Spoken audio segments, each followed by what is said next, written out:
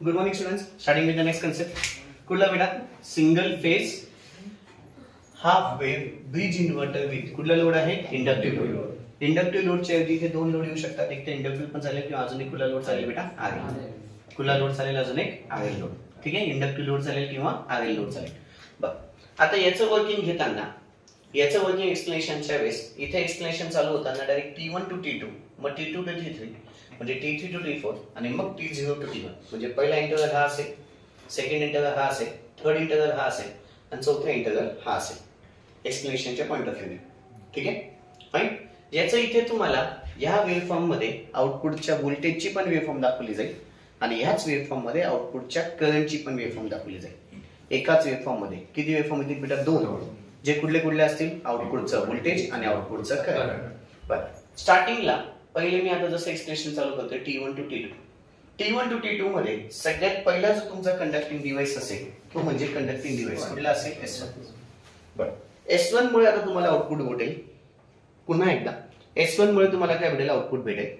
आता अजून एक वाक्य याच्यामध्ये महत्वाचं, ज्या वेळेस तुम्हाला SCR मुळे आउटपुट व्होल्टेज भेटेल, SCR मुळे ज्यावेळेस तुम्हाला आउटपुट भेटेल त्याच्यामुळे 100% एनर्जी तिथे स्टोअर केली जाईल आणि डायोडमुळे जेव्हा तुमची एनर्जी काय होईल बेटा? लॉस होईल. किंवा मी असं म्हणू शकतो, एनर्जी स्टोअर होताना SCR मुळे स्टोअर केली जाईल आणि लॉस होताना ती डायोडच्या अक्रॉस लॉस केली जाते. काय बोललो काय नाही कळालं? मग इथे स्टार्टिंगला T1 टू T2 मध्ये कोण ऑन झालं? तुमचं SCR1 ऑन झाला. T1 टू T2 मध्ये कोण ऑन झाला? तुमचा SCR1. SCR1 जो काय ऑन होतो तो ऑन होताना असा करंट जातो. ही करंटची वेव्हफॉर्म दाखवली बेटा. ही आहे तुमची कुठली वेव्हफॉर्म आहे? व्होल्टेजची. ही कुठली वेव्हफॉर्म आहे? व्होल्टेजची. आता व्होल्टेजची वेव्हफॉर्म इथे बघताना महत्वाचा पॉइंट बोलतोय, कॉन्सन्ट्रेशन देऊन ऐका. महत्वाचा पॉइंट बोलतोय, कॉन्सन्ट्रेशन देऊन ऐका. व्होल्टेजची वेव्हफॉर्म बोलताना ना असं बघायचं, व्होल्टेज ही व्होल्टेजची waveform. Yes or no? S1 चे इथे व्होल्टेज कुठले? हे असं एवढं आहे, झुक झुक दिसतंय बेटा? हे एवढं व्होल्टेज कोणासाठी आहे? S1 साठी. S1 च्या वेळेस हे व्होल्टेज आहे, राईट? हे व्होल्टेज म्हणायला विचारायचं, हे कुठल्या बाजूला आहे? पॉझिटिव्ह साईडला आहे का निगेटिव्ह साईडला आहे? पॉझिटिव्ह साईडला आहे. मग इथे आउटपुट व्होल्टेज तुझं येतं +V/2. आउटपुट व्होल्टेज किती आलं? +V/2. हे बघायचं, हे वेव्हफॉर्म बघायची. बघितली बच्चे लोक ही वेव्हफॉर्म? ही वेव्हफॉर्म जी आहे ती वरच्या बाजूला आहे म्हणून किती आलं? +V/2. किती आलं बेटा? +V/2. आउटपुटचा करंट, आउटपुटचा करंट जे आहे ना, ही जी वेव्हफॉर्म आहे, ही जी वेव्हफॉर्म आहे, ही वेव्हफॉर्म अशी कोणाची आहे? आउटपुटच्या करंटची. आउटपुटचा करंट बघताना फक्त एवढं बघायचं की वरच्या बाजूला आहे का खालच्या बाजूला आहे. करंटची वेव्हफॉर्म बघताना काय बघायचं? वरच्या बाजूला आहे का खालच्या बाजूला. वरच्या बाजूला असेल तर पॉझिटिव्ह, खालच्या बाजूला असेल तर निगेटिव्ह. आता ती वरच्या बाजूला आहे म्हणून काय येईल? पॉझिटिव्ह. Got it? त्याच्यानंतर पॉवरचा फ्लो. पॉवरचा फ्लो ज्या वेळेस तुमचं एनर्जी स्टोअर होते, ज्या वेळेस तुमची एनर्जी काय होते? स्टोअर होते, त्यावेळेस तुमचा पॉवरचा फ्लो कुठून कुठे असतो? Source to load, source to load, source to load. ठीक आहे, पॉवरचा फ्लो कुठून कुठे जातो बेटा? Source to load. काही अडचण? तिघं फंडे कळाले? काय चारही फंडे कळाले? T1 to T2. T1 to T2 मध्ये काय झालं? सगळ्यात पहिल्यांदा स्टार्टिंगला माझा कंडक्टिंग डिव्हाइस कोण होता? S1. आउटपुट व्होल्टेज जर ऑब्झर्व केलं तर आउटपुट व्होल्टेज अशाच केस मध्ये चाललं इथे, म्हणून ते किती आलं? +V/2 आलं. त्याच्यानंतर ही करंटची वेव्हफॉर्म आहे. ही करंटची वेव्हफॉर्म कुठे आहे? वरच्या साईडला, पॉझिटिव्ह साईडला, म्हणून ते पॉझिटिव्ह आलं. आणि पॉवरचा फ्लो स्टोअर झालाय म्हणून काय आलं? Source to load. ठीक आहे, आता जसा तुमचा S1 बंद पडला, ठीक आहे, आता एनर्जी सगळी स्टोअर झाली, पण ते एनर्जी लॉस होते. एनर्जी लॉस कोणाच्या अक्रॉस होते? डायोडच्या अक्रॉस. एनर्जी लॉस कोणाच्या अक्रॉस होते? डायोडच्या अक्रॉस. मग आता इथून असं जे काही होईल ते एनर्जी काय झालेली असेल? लॉस झालेली असेल. एनर्जी लॉस झाली त्याला आपण व्हर्टिकल स्ट्रिपचे दाखवतो, क्रॉस स्ट्रिपचे सॉरी, त्या दाखवतो एनर्जी काय झाली इथे? लॉस. एवढ्या केस मध्ये कोणी काम केलं? तुमचा D2. D2 तुमचा काय झाला? Conducting device. D2 तुमचा काय झाला? Conducting device. आता जर मी आउटपुट व्होल्टेज बद्दल बोलायला गेलो, D2 च्या केस मध्ये आउटपुट व्होल्टेज एवढं येतंय, दिसतंय का? व्होल्टेज व्होल्टेज व्होल्टेज एवढं दिसतंय की नाही बच्चा? ते कुठल्या बाजूला गेलंय? खाली आहे का वरती आहे? खाली आहे का वरती आहे? पॉझिटिव्ह साईड ही आहे, खालची बाजू ही आहे. बोला, हे कुठे गेले? खालती गेले का वरती गेले? खालती. खालती म्हणून मग याचं व्होल्टेज किती आलं? -V/2. समजे ना समजे? किती आलं ते? -V/2. बर, आता आउटपुटचा करंट, आउटपुटचा करंट वरती आहे का खालती आहे? वरतीच आहे. अजून कुठल्या बाजूला आहे? वरच्याच बाजूला आहे. म्हणून मग आउटपुटचा करंट पण काय आला पॉझिटिव्ह आणि पॉवरचा फ्लो कुठून कुठे जाईल बेटा लोड टू सोर्स काय इथे एनर्जी लॉस झाली एनर्जी काय झाली आहे लॉस आता S1 बंद पडला D2 चालू झाला D2 बंद पडल्याच्या नंतर आता कोण चालू होईल तुमचा H2 चालू होऊन जाईल कोण चालू होऊन जाईल H2 ज्या वेळेस चालू होईल आता येथे H2 चालू झालेला असेल असं जो हे असं कंटिन्यू बेटा ऍक्च्युअली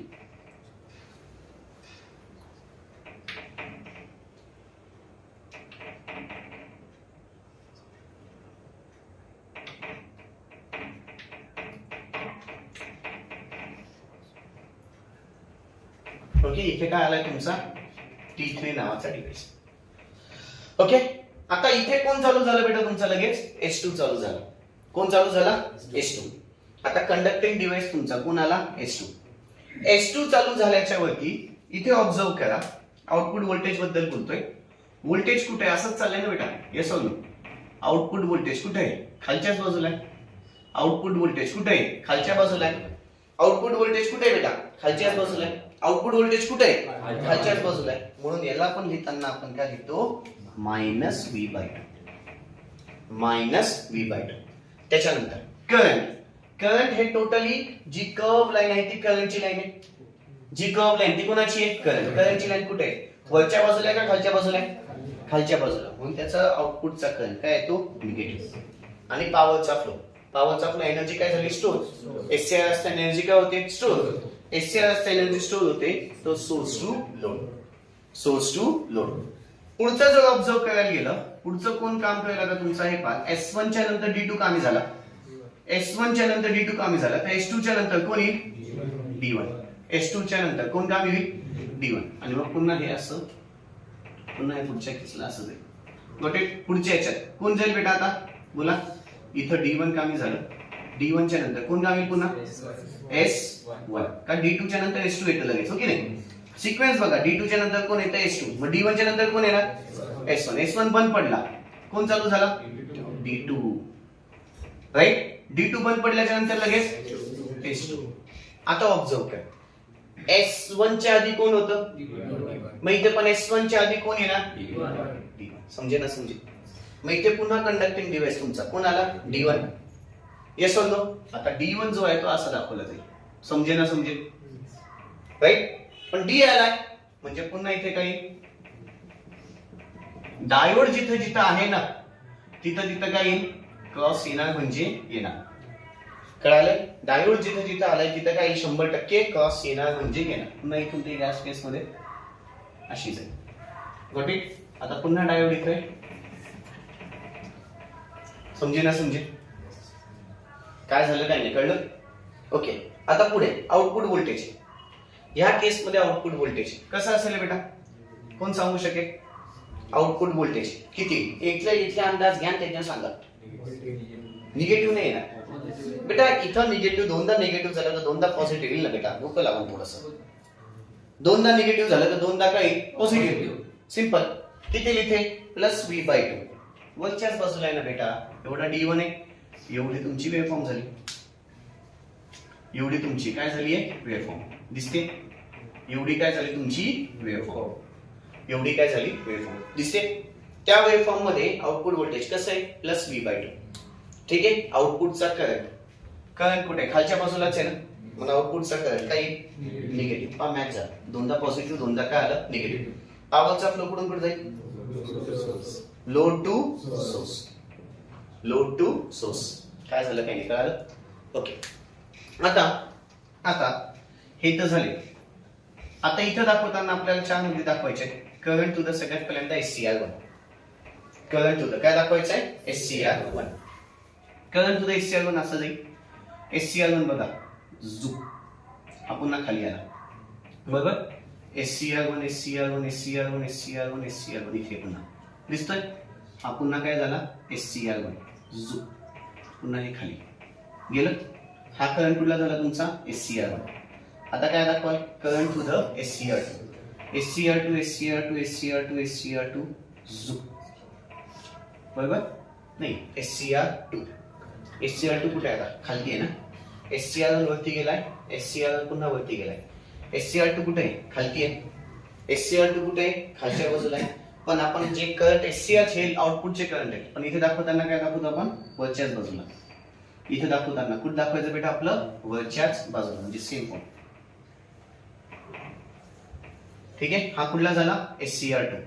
पुन्हा SCR2 कुठे आला? इथे. पुन्हा रायझिंग आणि मग फॉल. इथे हा असा रायझिंग आहे, आपण इकडे असा रायझिंग दाखवला. कुठलं झालं हे? SCR2. आता कुठलं दाखवायचंय? ID1, डायोड 1 म्हणून. डायोड 1 इथे आला. येस म्हणून. पण डायोड 1 मध्ये काय होतं बेटा? तुमचा करंट लॉस होतो. लॉस होताना कसं दाखवायचं? पहा, स्टोर होताना झुक झुक झुक झुक, स्टोर. Got it? लॉस होताना आता असा आहे. कसा येतोय बघा? लॉस होताना कसा येतोय? असं कळालं का? याचं मिनिंग काय झालं? इथे करंट काय झालाय? लॉस. ठीक आहे. आता दोघीसाठी डायोड 1 आणि डायोड 2. डायोड 1 पुन्हा अजून कुठे आहे? इथे. पहा, स्ट्रेट लाईन अशी दाखवा. करंट लॉस झालं. हे डायोड 1 ची झाली. आता कोणाची येणार बेटा? ID2. D2 इथे. पुन्हा हा झाला असा. Got it? आणि अजून पुन्हा इथे. समजे लिखापडीमध्ये याच्या हे जे काही मी इथे लिहिलंय ते सगळंच्या सगळं तसं लिहून द्यायचं. ठीक आहे. मी सांगतो, वाटलंच तर हे कळालं. रेकॉर्डेड व्हिडिओज वाले व्हिडिओ पॉज करायचा, सगळ्याच्या सगळं व्यवस्थित काढून घ्यायचंय. ऑनलाईन वाल्यांनी जागा सोडायची, so that I can start with the लिखापडी. चल लिखापडी घ्या. डाबा फिगर शोज सिंगल फेज. डाबा figure shows single phase full wave bridge inverter. Sorry, single phase half wave bridge inverter. Single phase half wave bridge inverter with single phase half wave bridge inverter with inductive load or RL load. With inductive load or RL load. झाले? पुढे. It consists of 2 SCRs and 2 diodes.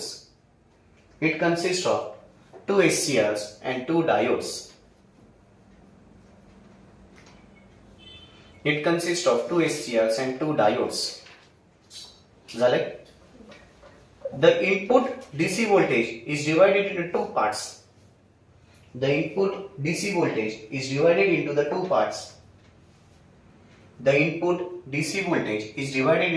parts. That is plus V by 2 and plus V by 2 each.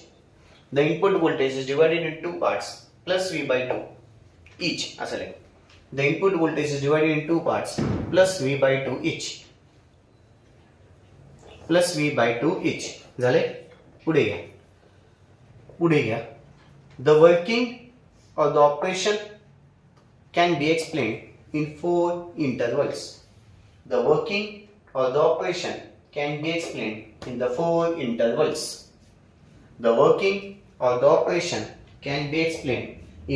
intervals.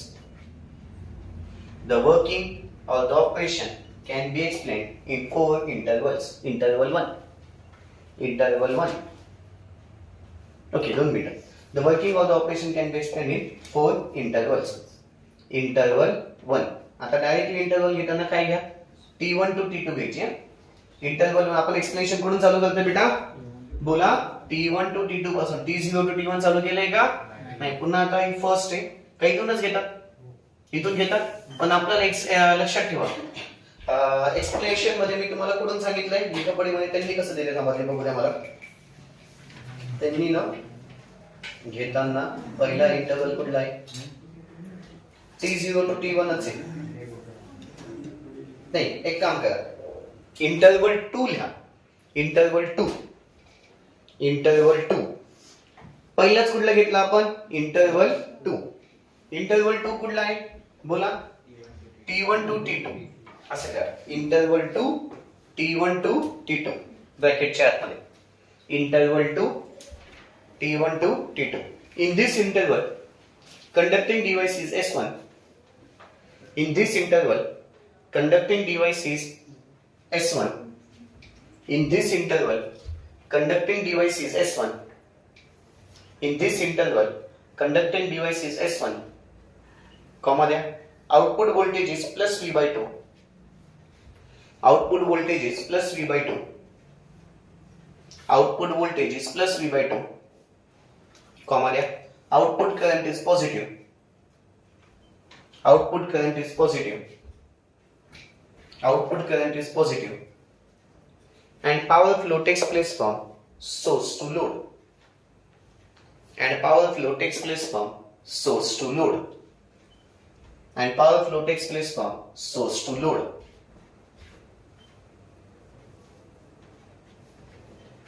Power flow takes place from कुठून कुठे बेटा source to load. काय लिहिलं काय नाही कळलं? Yes or no? आता कुठला आहे? Interval 3. Interval 3. T2 to T3. T2 to T3. In this interval, T2 to T3. In this interval, conducting device is D2. In this interval, conducting device is D2. In this interval, conducting device is D2, comma there. Output voltage is minus V by 2. Output voltage is minus V by 2. Output voltage is minus V by 2. Output current is positive. Output current is positive. And power flow takes place from load to source. And power flow takes place from load. काय अरे बेटा positive ना दादा काय करतोय output current is positive गडबड नको मी बरोबर चाललोय ठीक आहे output current is positive and power flow is from load to source interval कुठला चालू आहे ते बघ ठीक आहे इंटरवल कुठला चालू आहे ते बघ T2 टू T3 चा एकदा चेक करा सगळ्यांनी T2 to T3 conducting device is D2 बरोबर आहे output voltage is -V by 2 बरोबर आहे आउटपुट करंट इज पॉझिटिव्ह आणि पॉवरचा फ्लो लोड टू सोर्स आहे बरोबर आहे का गॉट इट कन्फ्युजन होऊ देऊ नका पुढचा आता इंटरवल कुठलेला आता 4 इंटरवल